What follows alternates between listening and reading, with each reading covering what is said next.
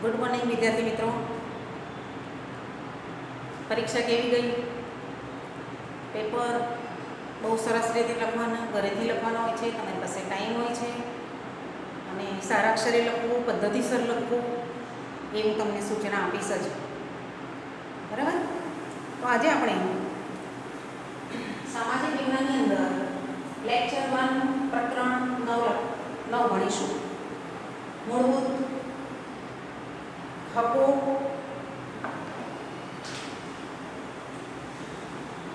મૂળભૂત હકો,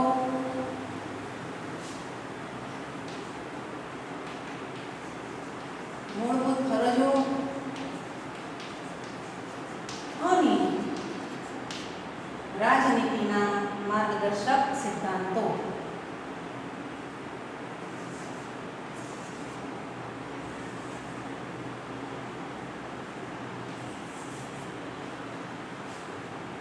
વિદ્યાર્થી મિત્રો, બુકની અંદર જે પ્રકરણ છે, આપણે જે અભ્યાસ કરીએ તેને આપણે તમારે બરાબર વાંચવાનું છે અને વાંચીને પ્રશ્નો એમાંથી બનાવવાના છે, જાતે બનાવવાના છે. તો વિદ્યાર્થી મિત્રો, હું આશા રાખું છું કે તમે નિયમિત લેસન કરશો. ભારતના બંધારણનું આમુખ આપણે જોઈ ગયા અને તેમાં જે મુખ્ય આધારસ્તંભો હતા તેના લક્ષણો વિશે આપણે અગાઉના પ્રકરણમાં ચર્ચા કરી ગયા છીએ. હવે આપણે મૂળભૂત હકો, મૂળભૂત ફરજો અને રાજનીતિના માર્ગદર્શક સિદ્ધાંતો વિશે ચર્ચા કરીશું. તેમાં પહેલો મુદ્દો છે માનવ હકો.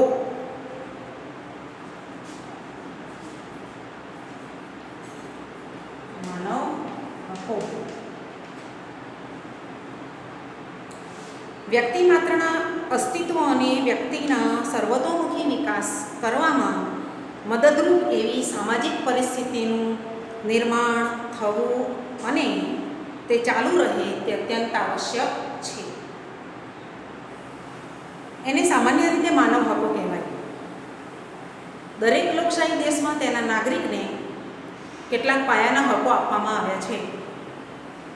તેને એ બધા હકો વ્યક્તિ કોઈ પણ જાતના ભેદભાવ વિના ભોગવી શકે છે. એ માટે હકોના રક્ષણની ખાતરી આપવામાં આવી હોય છે અને સમાજ તથા રાષ્ટ્ર દ્વારા તેનો સ્વીકાર કરવામાં આવ્યો હોય છે. વ્યક્તિનો મનુષ્ય તરીકેનો જન્મ થતાની સાથે જ તેના કેટલાક પાયાના હકોનો તે હકદાર બને છે.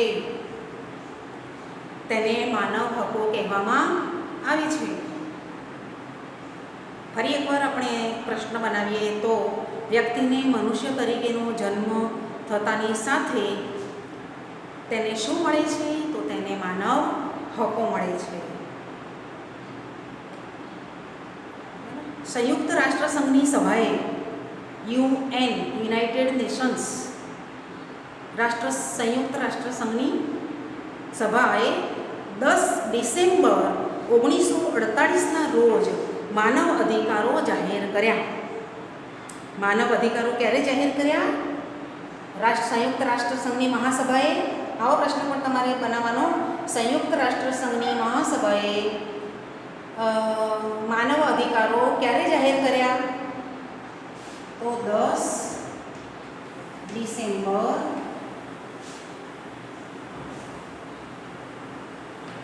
1948માં માનવ અધિકારો રજૂ કર્યા, જાહેર કર્યા. તેથી 10 ડિસેમ્બરને શું કહેવાય છે? માનવ હક દિન. માનવ હક દિન યાદ રાખવાનું છે. માનવ હક દિન કઈ તારીખે મનાવવામાં આવે છે? 10મી ડિસેમ્બરે. બરાબર? અથવા તો એ રીતે પ્રશ્ન બનાવાય કે 10મી ડિસેમ્બર 1948 એ કયા દિવસ તરીકે મનાવવામાં આવે છે? તો માનવ હક દિન તરીકે મનાવવામાં આવે છે. માનવ હકોની વૈશ્વિક ઘોષણાની સ્વીકૃતિ આપી ત્યારબાદ માનવ હકો પૈકી કેટલાક અત્યંત મહત્વના હકોનો આપણે ત્યાં સ્વીકાર કરવામાં આવ્યો. તેમના રક્ષણની ખાતરી આપવામાં આવી અને બંધારણ સભાએ તેને બંધારણમાં ગૌરવપૂર્ણ સ્થાન આપ્યું. આમ જે માનવ હકોને કાયદાકીય પીઠબળ આપીને બંધારણમાં સમાવ્યા તેને મૂળભૂત હકો કહેવાય. આ માનવ હકોનું મનુષ્ય તરીકેનું ગૌરવ જાળવવાના હેતુથી ઘોષિત કરાયા છે. મનુષ્યનું અસ્તિત્વ ટકાવી રાખવા માટે તેને નાનામાં નાની જરૂરિયાતો, જેને ન્યૂનતમ જરૂરિયાતો કહેવાય, તો આપણી મનુષ્યની મુખ્ય જરૂરિયાતો કઈ છે? રોટી, કપડાં અને મકાન. રોટી, કપડાં અને મકાન આ આપણી સામાન્ય જરૂરત છે.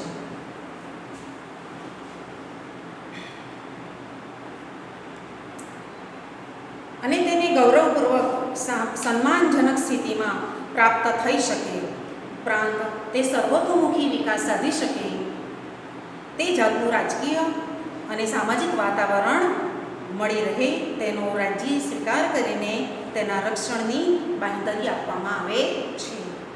આવા પાયાના મૂળભૂત માનવ અધિકારો એ લોકશાહી શાસન પ્રથાની પાયાની ઓળખ છે.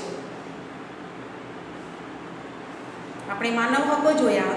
હવે આ ટોપિક આપણે અહીંયા પૂર્ણ કરીએ છીએ અને બીજો ટોપિક લઈશું મૂળભૂત હકો.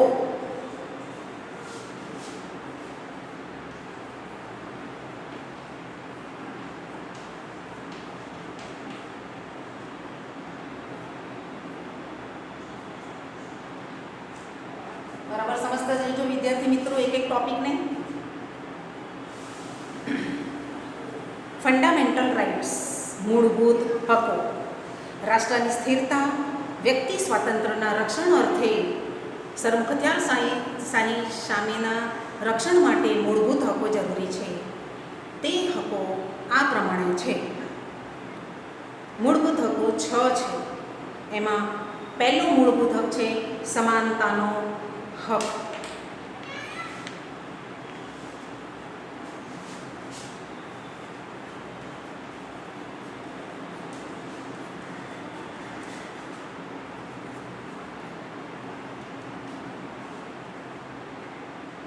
સમાનતાના હકની ચર્ચીશું. તો કાયદા સમક્ષ સમાનતા અને કાયદાનું સમાન રક્ષણ આ બે ખ્યાલોનો સમાવેશ આ મુદ્દામાં થાય છે. કાયદા સમક્ષ સમાનતા એટલે કોઈ પણ વ્યક્તિ કે કોઈ પણ વર્ગની તરફેણમાં વિશેષ અધિકારોનો અભાવ.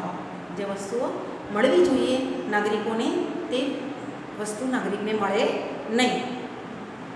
એક સરખી પરિસ્થિતિમાં મુકાયેલ વ્યક્તિઓનો એક સરખો કાયદો લાગુ પડશે. આ હક મુજબ વ્યક્તિઓ વચ્ચે જ્ઞાતિ, જાતિ, લિંગ, જન્મસ્થાન, આવક અને શિક્ષણના કારણોસર ભેદભાવ રાખવામાં આવશે નહીં.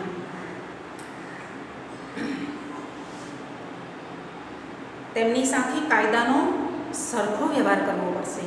વડાપ્રધાનથી માંડીને પટાવાળા સુધીની કક્ષાવાળી વ્યક્તિએ પોતે કાયદા વિરુદ્ધનું કૃત્ય કરેલ હોય તો તે બદલ સામાન્ય નાગરિકની જેમ સમાન ધોરણે તે જવાબદાર રહેશે.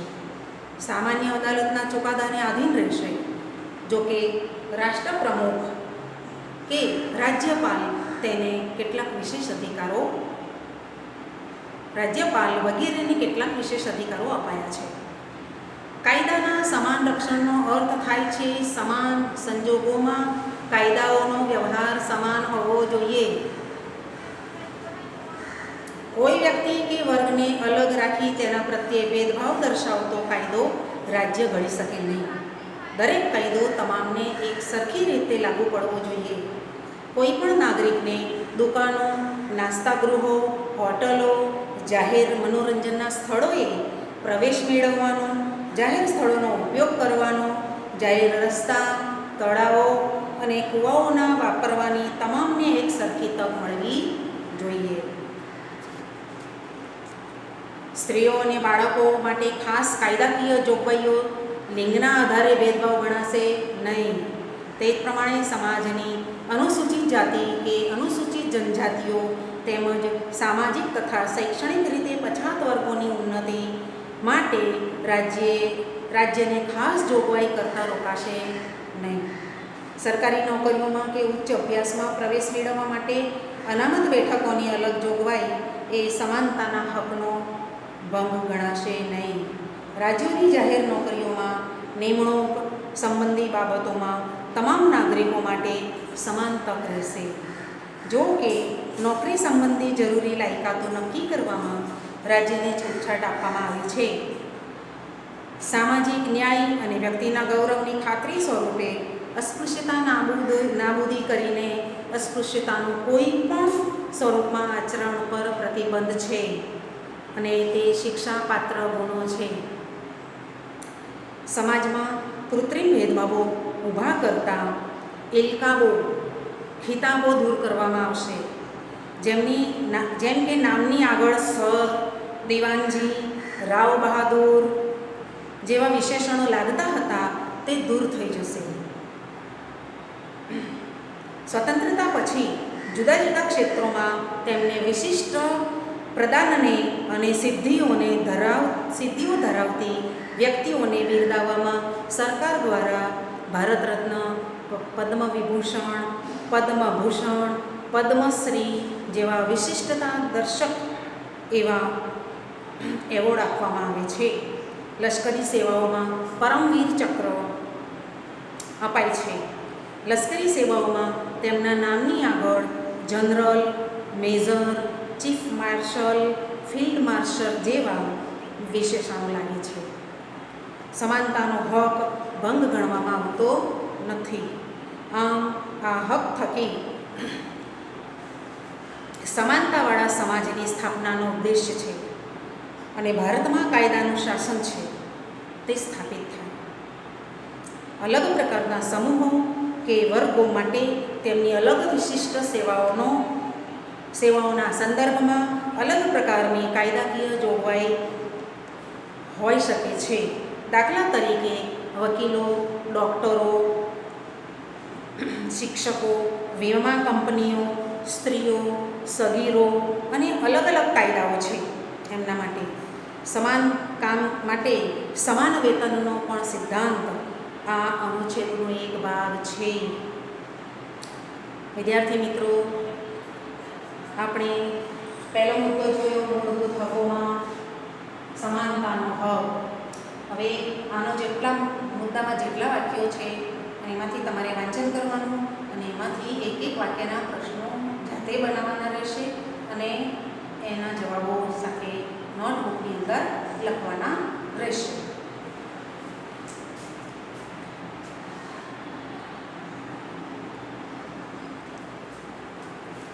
હવે આપણે બીજો ટોપિક લઈશું.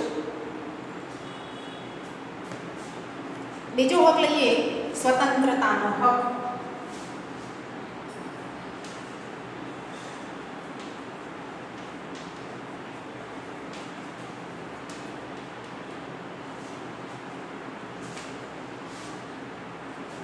બંધારણ દ્વારા ભારતીય નાગરિકોને 6 પ્રકારની સ્વતંત્રતા આપવામાં આવી છે, જે આ પ્રમાણે છે. બરાબર ધ્યાન રાખશો, ઘરે પણ તમે વાંચન કરજો. વાણી અને અભિવ્યક્તિની સ્વતંત્રતા, શાંતિથી અને શસ્ત્રો વિના ભેગા થવાની અને સભા ભરવાની સ્વતંત્રતા, મંડળો અને સંઘ રચવાની સ્વતંત્રતા, ભારતના કોઈ પણ પ્રદેશમાં ગમે ત્યાં મુક્તપણે હરવા ફરવાની સ્વતંત્રતા, ભારતના કોઈ પણ પ્રદેશમાં કોઈ પણ ભાગમાં રહેવાની અને સ્થાયી થવાની સ્વતંત્રતા, ગમે તે વ્યવસાય, કામકાજ, વેપાર અને ધંધો કરવાની સ્વતંત્રતા, ભારતના નાગરિકોના વ્યક્તિત્વના સર્વતોમતી વિકાસ અને અભિવ્યક્તિ માટે, લોકશાહીના સુચારુ સંચાલન માટે વ્યક્તિ તંદુરસ્ત અને સ્વસ્થ જીવન જીવી શકે એ માટે આ હકનો વિશેષ મહત્ત્વ છે. કોઈ પણ વ્યક્તિએ બધી સ્વતંત્રતાનો મનસ્વીપણે બેફામપણે વર્તીને સ્વચ્છંદી બનીને આ સ્વતંત્રતાનો ઉપયોગ કરી શકશે નહીં. સમાજના વ્યાપક હિતમાં જાહેર સુલેહ શાંતિ અને સલામતીના અર્થે આ સ્વતંત્રતાઓ પર વ્યાજબી નિયંત્રણો લાગુ કરવામાં આવેલ છે એવી બંધારણમાં સ્પષ્ટતા થઈ છે. કઈ સ્વતંત્રતા કઈ મર્યાદાઓમાં રહીને ભોગવવાની રહેશે. ભારતીય નાગરિકને પોતાના વિચારોને વાણી અને વર્તન દ્વારા અભિવ્યક્ત કરવાની સ્વતંત્રતા બક્ષવામાં આવી છે. લેખિત કે મૌખિક આંગિક અભિનય થકી એ વ્યક્ત કરી શકે છે, પરંતુ તે મુજબ અમર્યાદિત કે નિરંકુશ રીતે વર્તવાની કોઈને છૂટ નથી. કેટલાક વ્યાજબી નિયંત્રણો કે મર્યાદાઓ બંધારણે મૂક્યા છે, જેવા કે ભારતનું સાર્વભૌમત્વ અને અખંડિતતા, રાજ્યની સલામતી,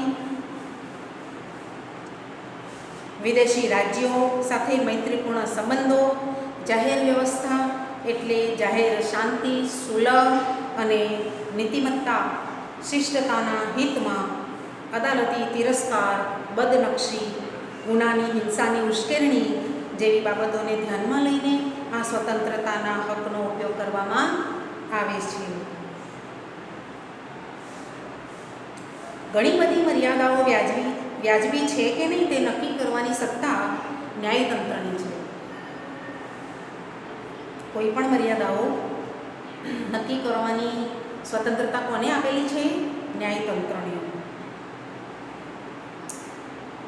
અખબારી સ્વાતંત્ર્યમાં વિચારો અને અભિપ્રાયો થકી જાહેર હિતને આગળ ધપાવવાનો હેતુ છે, પરંતુ આ સ્વતંત્રતાનો અલગ ઉલ્લેખ થયો નથી. અભિવ્યક્તિની સ્વતંત્રતામાં તેનો સમાવેશ થઈ જાય છે. તાજેતરમાં 2009માં બંધારણના સુધારા મુજબ 6 થી 14 વર્ષ સુધીના ઉંમરના તમામ બાળકોને નિઃશુલ્ક અને ફરજિયાત પ્રાથમિક શિક્ષણ મેળવવાનો અધિકાર છે. ગુનાના સમયે વ્યક્તિનું કૃત્ય ગુનો ન ગણાતો હોય તો તેને સજા કરી શકાય નહીં. તેમજ સજાની નિર્ધારિત જોગવાઈથી વધુ કે એકના એક ગુના માટે એકથી વધુ વખત વ્યક્તિને સજા થઈ શકતી નથી. કાયદા દ્વારા સ્થાપિત જોગવાઈ મુજબ કોઈ પણ વ્યક્તિને એના જીવન અને અંગત સ્વાતંત્ર્યથી વંચિત કરી શકાય નહીં. ધરપકડ કરાયેલ વ્યક્તિને ધરપકડ કરવાના કારણોની શક્ય એટલી ત્વરાથી જાણ કર્યા સિવાય કસ્ટડીમાં રાખી શકાય નહીં. તેને પસંદગીના ધારાશાસ્ત્રીની સલાહ લેવાના અને બચાવ કરવાના તેનો અધિકારનો ઇનકાર કરી શકાશે નહીં.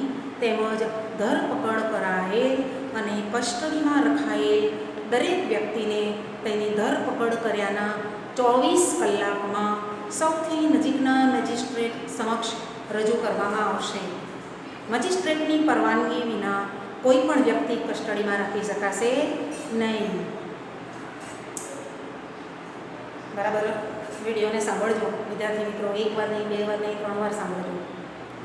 પ્રતિબંધક અટકાયત હેઠળ વ્યક્તિની ધરપકડ કરાયેલ હોય તેવી વ્યક્તિને ઉપયુક્ત બાબતો લાગુ પડશે નહીં.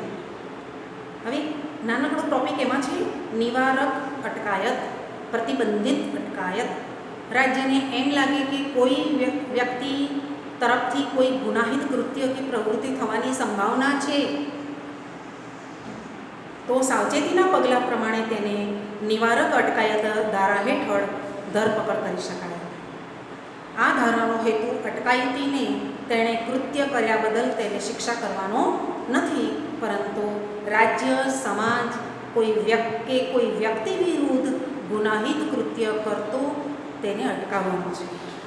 આ કાયદા હેઠળ અટકાયતીને 3 માસ કરતાં વધુ સમય માટે અટકાયતમાં રાખવાની સત્તા મળતી નથી. વડી અદાલતના ન્યાયાધીશો અને સલાહકાર બોર્ડના અભિપ્રાયના આધારે અટકાયત હુકમ રદ કરી શકાય છે. કેટલોક સમય અટકાયત ચાલુ રાખવી તે નિર્ણય રાજ્ય સરકાર કરી શકે છે. વિદ્યાર્થી મિત્રો, આપણે મૂળભૂત હકોમાં 2 ટોપિક જોયા. એક સમાનતાનો હક અને બીજો સ્વતંત્રતાનો હક. હવે આપણે લેક્ચર 2માં મળીશું. નમસ્કાર.